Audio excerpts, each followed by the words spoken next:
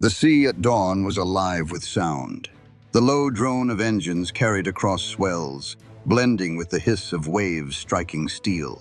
Flight decks trembled under the weight of bombers warming up, propellers slicing the humid Pacific air. The smell of fuel was everywhere, sharp and stinging. Pilots strapped into cockpits, goggles fogging in the morning heat, while thousands of sailors stood at stations. One number made the scene impossible to believe. Nearly 100,000 men were about to clash in a single battle. How could a single day at sea decide the fate of an empire? In 1942, Japan had shocked the world with its mastery of naval aviation. Pearl Harbor burned, the Prince of Wales sank, Singapore fell. The Imperial Navy seemed unstoppable. Carriers Akagi, Kaga, and Soryu had led sweeping victories across the Pacific. Yet by 1944, the tide had turned. At Midway, Japan lost 4 frontline carriers. At Guadalcanal, its veteran air crews bled out in attritional battles. American production surged while Japanese shipyards slowed. The empire still dreamed of decisive battle, but its strength was waning. The United States had built carriers at a rate no rival could match. By mid-1944, 15 fleet carriers and dozens of escort carriers filled the Pacific with flight decks. The Essex-class became the workhorse, each carrying 90 to 100 aircraft. Alongside them steamed battleships modernized with radar and heavy anti-aircraft batteries, cruisers bristling with guns, and destroyers quick as wolves. It was a fleet designed not just to fight, but to endure. Japan's navy remained formidable on paper. 9 carriers still sailed, supported by battleships and cruisers. But the quality behind the steel had diminished. Pilots with months of training replaced aces with years of combat. Fuel was scarce, limiting exercises. Aircraft models like the Zero still maneuvered brilliantly but were fragile against new American designs. A Japanese officer admitted in a report, "We have machines, we lack men." U.S. National Archives, 1946. The central paradox was clear. Japan sought one battle to break American advance, to halt the tide. But America sought not one battle but relentless pressure. The Imperial Navy believed honor and skill could compensate for attrition. The U.S. Navy believed numbers, radar, and logistics would smother resistance. Which vision would prevail? The setting was the Philippine Sea, June 1944. American forces had begun Operation Forager, the assault on the Mariana Islands. Saipan, Tinian, and Guam were the objectives, islands that lay within striking range of Japan itself. For the Empire, their loss would expose the homeland to bombing. For the United States, their capture would open the path to Tokyo. Both sides understood.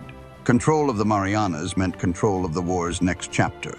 The battle unfolded with mathematics as much as gunfire. American intelligence estimated Japan could field roughly 400 carrier aircraft. Against them, the U.S. had more than 900 on fleet carriers and another 400 on escort carriers. Anti-aircraft guns numbered in the thousands. Radar covered the horizon.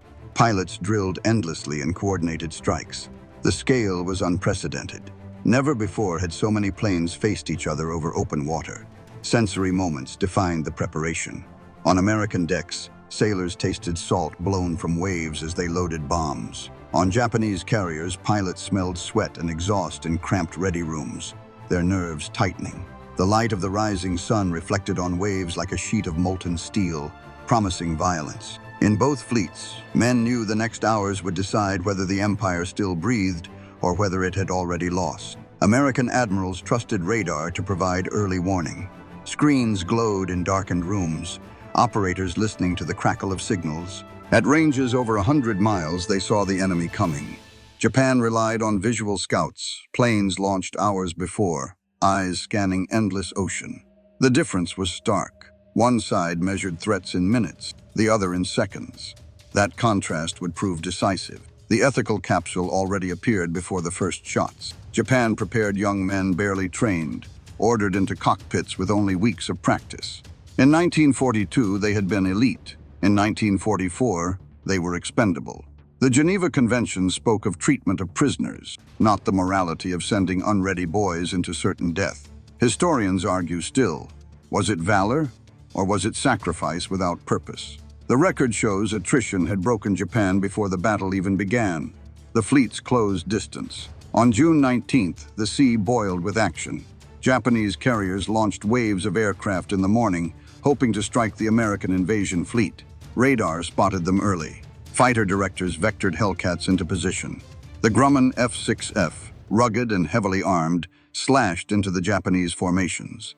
The sky filled with gunfire and smoke trails. Pilots later called it the Great Marianas Turkey Shoot. Nearly 400 Japanese planes entered battle that day. More than 300 never returned. Numbers again defined the clash. American carriers lost only about 30 planes in the same period. Pilots spoke with disbelief at the disparity. One Hellcat ace said, "They came in like a storm. They fell like rain." Red Cross Report, 1945. The Imperial Navy could not replace losses at that scale.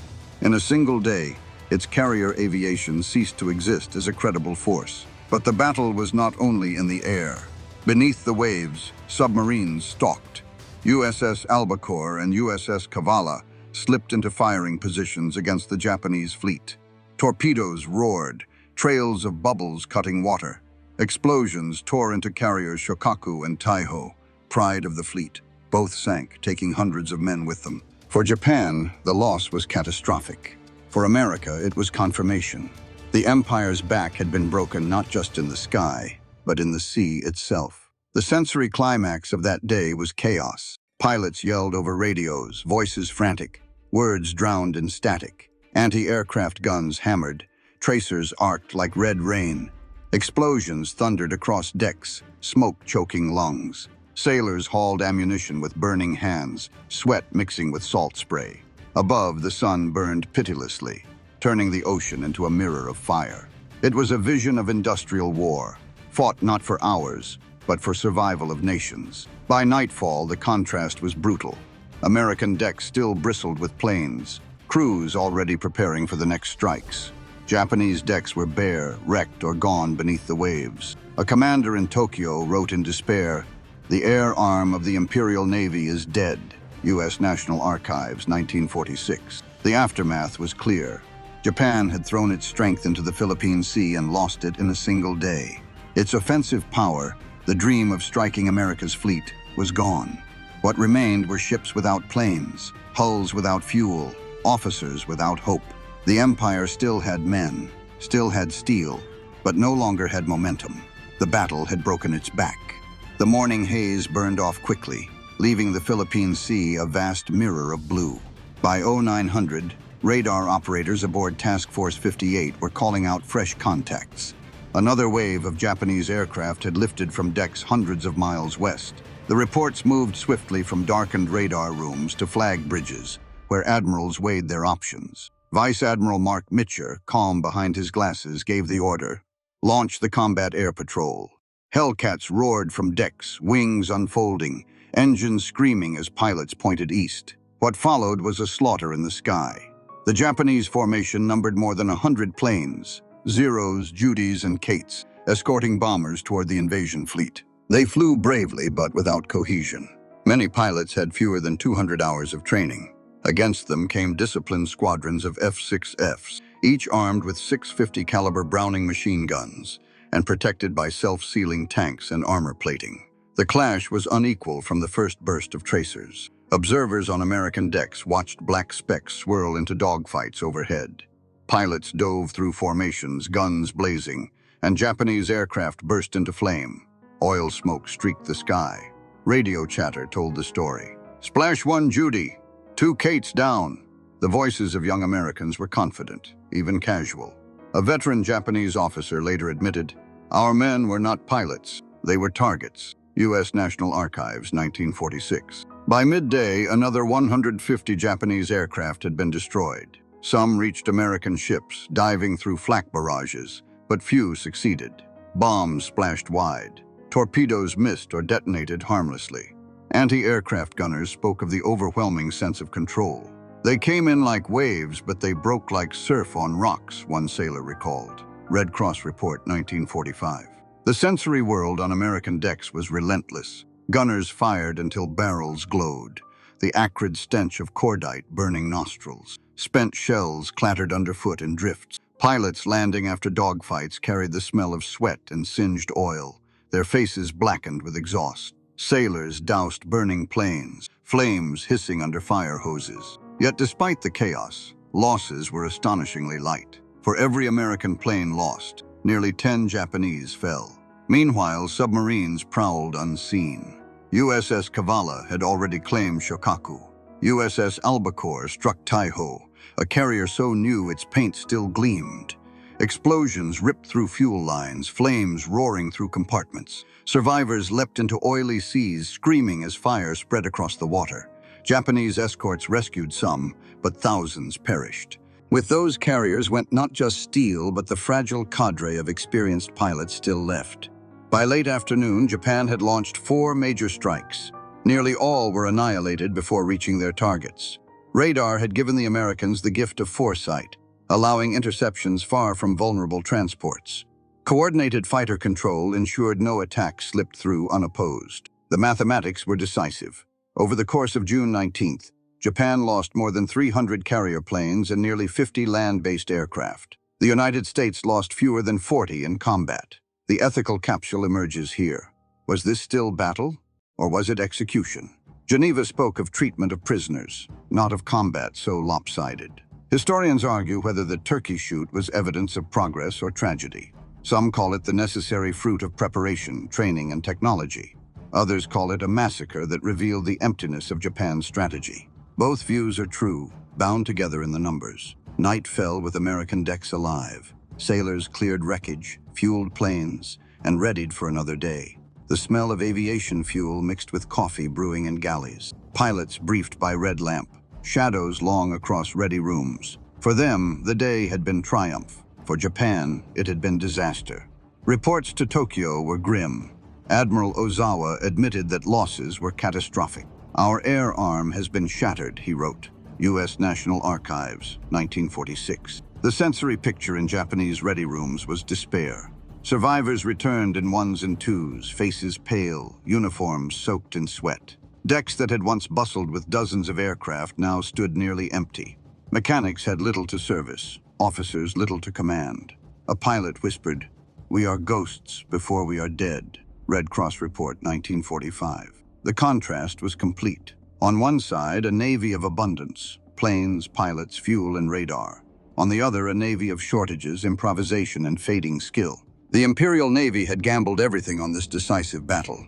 The dice had already fallen. Yet the battle was not over. American commanders debated whether to risk a late afternoon strike against retreating Japanese carriers. The distance was extreme, nearly 300 miles. Planes would have to return after dark, a dangerous prospect. But Mitchell gave the order. Hundreds of bombers and torpedo planes thundered into the sky, racing the sun. They found the enemy as dusk painted the horizon. Bombs fell on Zuikaku, Japan's last survivor of the Midway carriers, though she escaped sinking. Other ships were damaged, fires lighting the sea an orange reflection. The real test came on the return flight. Pilots navigated darkness and fuel starvation. Many ditched in the ocean, their flames and flares marking desperate landings. American destroyers raced through night seas, searchlights cutting waves, pulling men from rafts. More than 100 flyers were lost, not to enemy fire, but to the ocean itself. Even in victory, the price was paid in human life. Yet the strategic equation remained unchanged. Japan had lost 2 carriers, hundreds of aircraft, and most of its trained pilots. America had lost dozens of planes and a handful of ships damaged. The imbalance was staggering. By June 20th, the Philippine Sea was an American lake. Japan's carriers limped west, stripped of planes. American carriers still bristled with aircraft, eager for the next strike. Admirals in Pearl Harbor read the reports and understood. The battle had not merely been a victory. It had been the end of Japan's offensive capacity.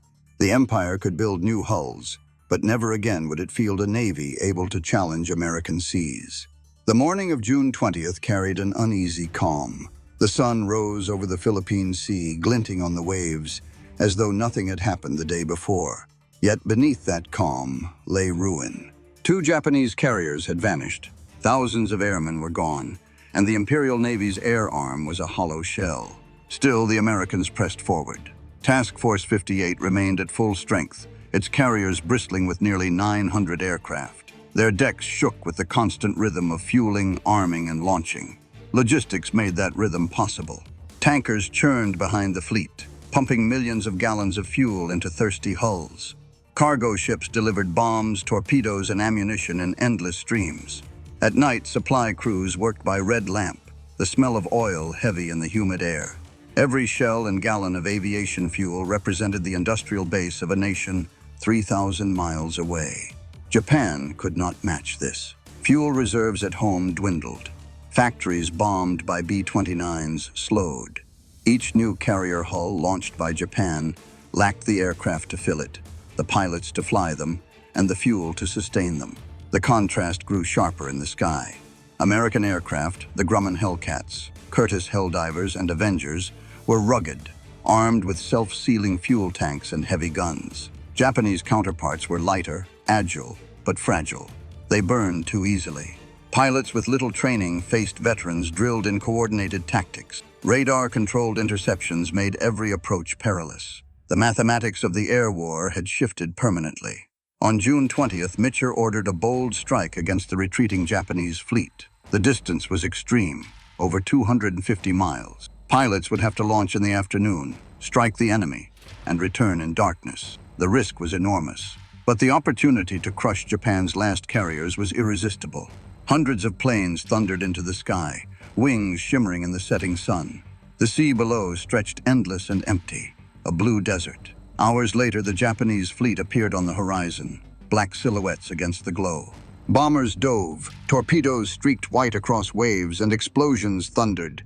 Zuikaku was hit, though she survived. Oilers and escorts burned. Flames licked the night sky, mirrored in the water. The return was a nightmare. Darkness fell. Fuel gauges sank to empty. Radios crackled with distress. Mitcher made a fateful decision. Against every security rule, he ordered his fleet to light up. Carriers illuminated their decks. Destroyers fired star shells. Searchlights cut the dark. The risk of revealing positions was accepted to save lives. Pilots aimed for the glow on the horizon. Some made it. Others ditched into black seas. American destroyers raced through swells, pulling men from rafts. More than 100 flyers were lost, not to enemy guns, but to exhaustion and ocean. Even with the losses, the strike revealed Japan's helplessness. Its fleet had been mauled, its air wings reduced to fragments. In 2 days of battle, over 400 Japanese aircraft had been destroyed. America had lost fewer than 150. The disproportion was staggering. Admiral Spruance summarized in his report, "We have won a great victory. The enemy has been stripped of his ability to wage offensive war at sea." U.S. National Archives, 1946. The sensory rhythm of those days left vivid memories. American pilots spoke of exhaustion so deep they could not recall their landings. Sailors remembered decks lit like daylight, planes slamming down, some skidding off into the sea. Japanese survivors remembered silence on their decks, no planes returning, the smell of burned paint and fuel lingering. For them, the sea was not calm. It was a grave. Ethically, the battle drew questions. Japan had launched young men with little chance of survival. Was it courage or waste? Geneva did not regulate the quality of training, nor the wisdom of strategy. Historians note that by 1944, Japan's leadership had chosen sacrifice over prudence. America, by contrast, had chosen preparation, industry, and overwhelming weight. The difference was not morality alone. It was the arithmetic of survival. Submarines reinforced the lesson. USS Cavala's sinking of Shokaku and USS Albacore's destruction of Taiho were not isolated successes. They were signs that every domain of war, surface, air, and undersea, favored the United States. Japan could not hide its carriers. Radar spotted them. Submarines hunted them. Aircraft crushed them. The sea itself seemed to belong to America. By the end of June, the tally was devastating. Japan had lost 3 carriers, hundreds of aircraft, and nearly all its veteran pilots. America retained the overwhelming majority of its fleet intact. The comparison was not only numerical, it was existential. The Imperial Navy could no longer project power. Its dream of a decisive battle had ended in decisive ruin. The ethical capsule sharpens here. In 1905, Japan had risen as a naval power with victory at Tsushima. In 1941, it had stunned the world at Pearl Harbor. But in 1944, it gambled and lost. Was it hubris? Historians disagree. Some call it inevitability. The empire could not match American industry. Others call it tragedy. the loss of a warrior culture outpaced by factories. Perhaps it was both. For the sailors of Task Force 58, the victory was tangible. They saw enemy ships burning, pilots rescued, decks alive with triumph. For Japanese sailors, it was despair. One diary found later read, "The sea has taken our wings. We are sailors with no sky." Red Cross Report, 1945. The numbers were merciless. By conservative estimates, Japan lost 476 aircraft, 3 carriers, and thousands of trained men. The United States lost 123 aircraft, no carriers, and fewer than 100 pilots killed. The ratio was beyond precedent. A battle intended to halt America's advance had instead destroyed Japan's last hope of contesting the seas. The phrase, "the battle that broke Japan's back," entered the language because of this imbalance. The Empire still had ships, but without aircraft, they were floating targets. Still had men, but without fuel, they could not maneuver. Still had admirals, but without hope, they could not command. One day at sea had revealed the war's inevitable end. When the smoke cleared over the Philippine Sea, the Japanese Navy was no longer the same force. Carriers limped westward, many empty of aircraft, their decks barren, their hangars silent. The water where Taiho and Shokaku had gone down still bubbled with oil, slicks stretching miles, the smell of burning fuel drifting for days. The silence that followed was not peace, it was absence. An entire offensive arm of the empire had ceased to exist. For the United States, the victory meant momentum.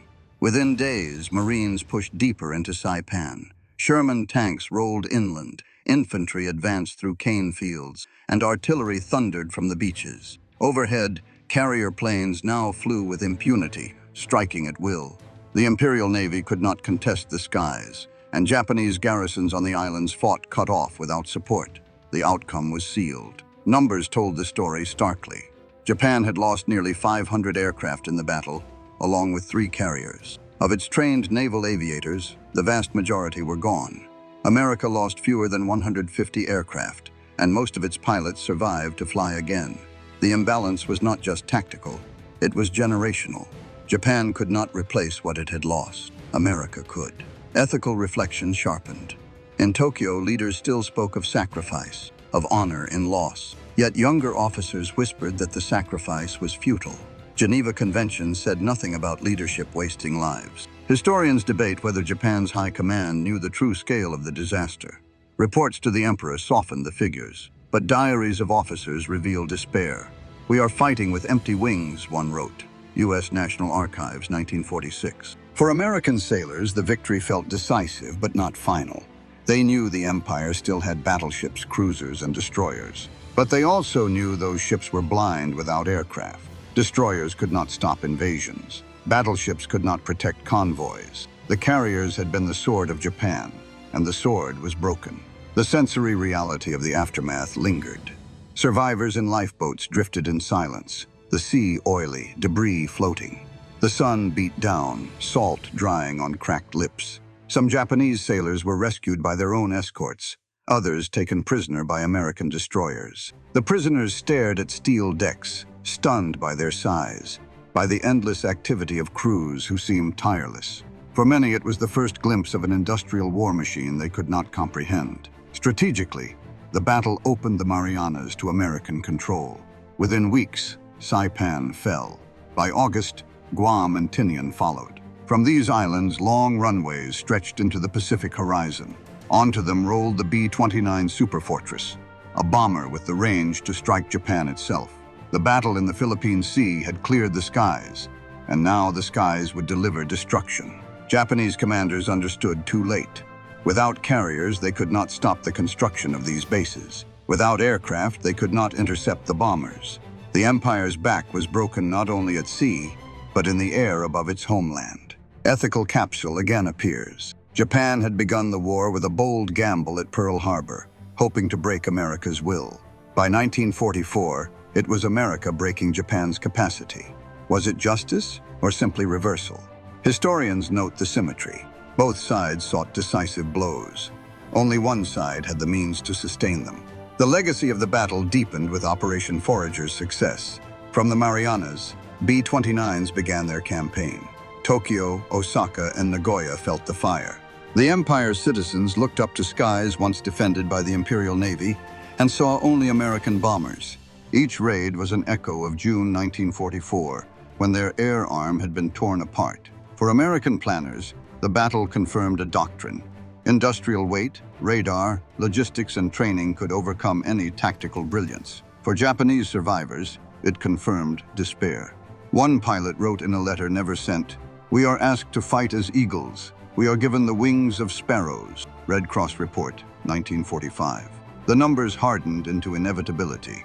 By autumn 1944, Japan's carrier force was a shell.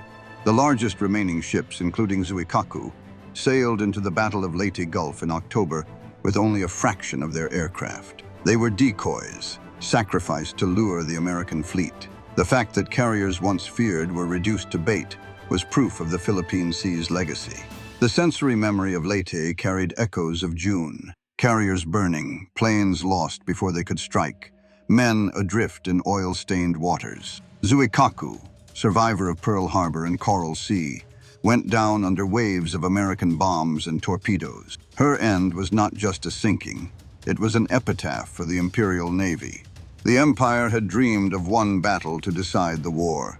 At Leyte, it lost its fleet. At the Philippine Sea, it had already lost the ability to fight such a battle. The sword was broken before the final duel began. In Washington, analysts calculated coldly. The Imperial Navy had lost 90% of its carrier aircraft. Replacement rates were negligible. America, by contrast, was launching a new Essex-class carrier every few months. The arithmetic was merciless. For every day Japan delayed, the imbalance grew.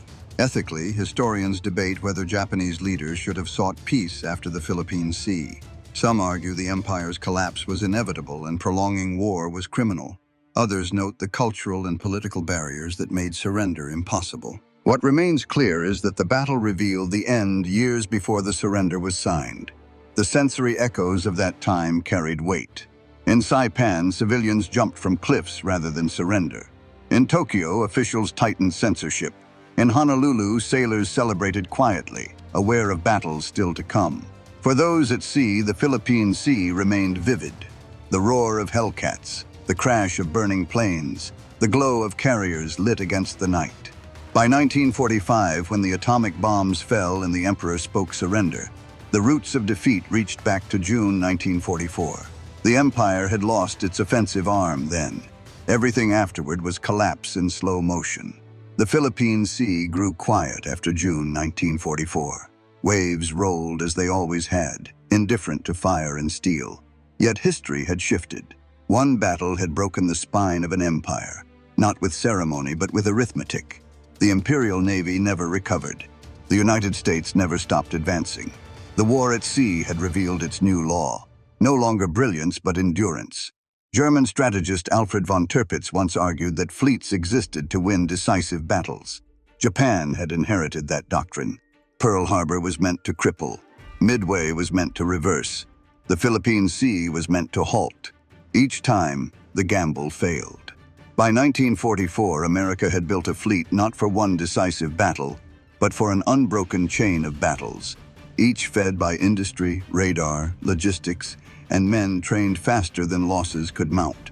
The Empire, once master of the Pacific, discovered that courage cannot multiply fuel and skill cannot replace factories. The paradox of June 1944 was scale.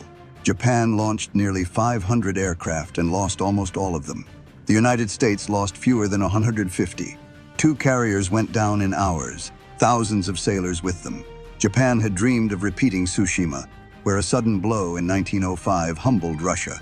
Instead, it found itself trapped in attrition, a war measured not in glory but in tons, barrels, and hours. The Philippine Sea proved that modern war at sea belonged to the nation that could feed its ships without pause. For sailors, the memory was sensory. Americans remembered the glow of flight decks lit at night, guiding exhausted pilots home. Japanese survivors remembered the silence of empty decks, the absence of returning squadrons. The smell of oil on water lingered for days. The taste of salt mixed with cordite stayed in mouths for years. War imprinted itself not just in history, but in the senses of men who lived it. Ethical questions remain. Was it just to send barely trained pilots into battle? Was it right to risk hundreds of American flyers in a desperate long-range strike? The Geneva Conventions had no answer. Historians debate, but the conclusion circles back to the same truth. War in 1944 had become industrial, and men were its currency. Japan spent lives it could not replace. America risked lives but sustained them with replacements. Mercy and cruelty blurred until only results remained. In strategic legacy, the battle stands beside Trafalgar and Midway. Trafalgar destroyed Napoleon's hopes of invading Britain. Midway destroyed Japan's chance of expansion.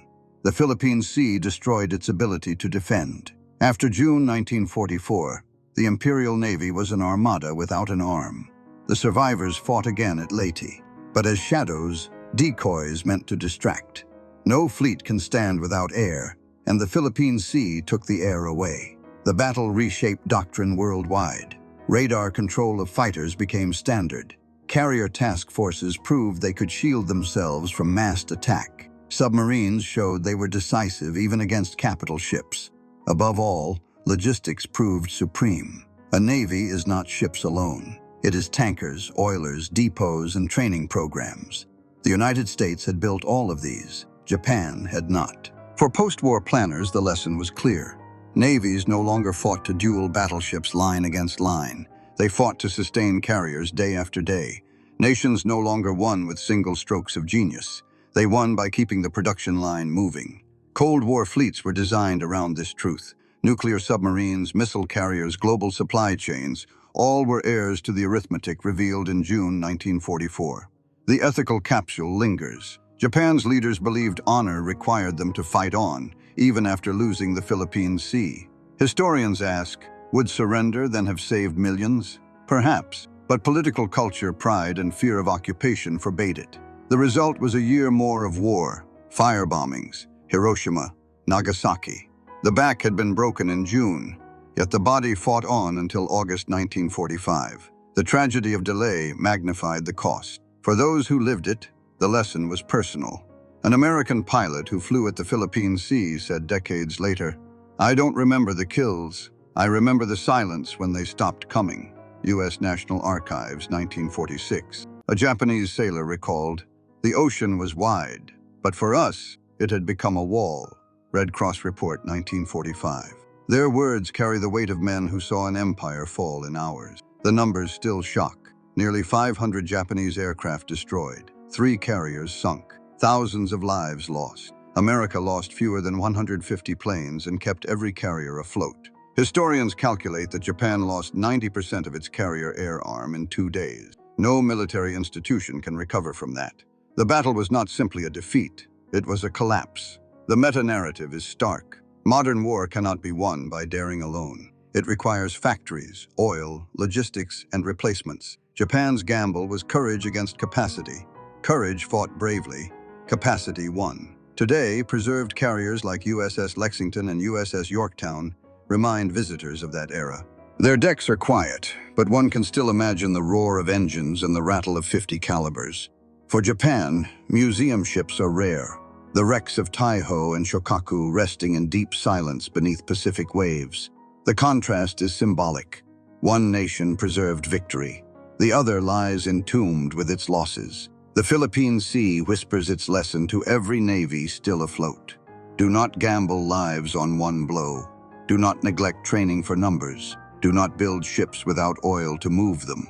Do not fight without knowing how to replace what is lost. The battle that broke Japan's back did not end the war that day, but it ended its hope. From June 1944 forward, every step toward surrender was inevitable.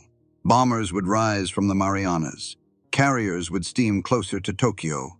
Cities would burn. And when the emperor finally spoke the word surrender, the silence behind him was the silence first heard over the Philippine Sea, when his navy lost the sky.